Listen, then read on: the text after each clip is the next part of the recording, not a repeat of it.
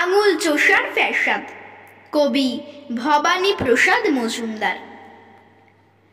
Class 1-এর ভোঁদার ছিল আঙুল চোষার রোগ। তাই নিয়ে তার বাবা মায়ের খুব হতো দুর্ভোগ। হোমিওপ্যাথি, অ্যালোপ্যাথি, টোটকা কবিরাজি কোনো কিছুতেই হয়নি সুফল। রোগটা এমন পাজি, বাইরে ঘরে সব সময় ভোঁদা, দিন ও রাতের।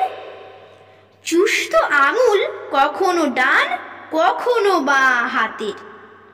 3 মাস পর হঠাৎ সেদিন ধর্মতলার মোড়ে দেখা হতেই ভোঁদার বাবা হাতটা আমার ধরে বললে, দাদা কোথায় ছিলেন আমাদেরকে ছেড়ে? আমার ভোঁদার আঙুল চোষার রোগ গিয়েছে সেরে। কেমন করে বলছি শুনুন। আমরা সবাই মিলে অনেক ভেবেই প্যান্টগুলো ওর দিলাম করেই ঢিলে। পরলেই প্যান্ট কোমর থেকে যেই না নেমে আসে, অমনি ভোঁদা চেপে ধরে 2 হাতে 2 পাশে। ওই ভাবেতেই ঘোরে ফেরে ওঠে নামে ছোটে।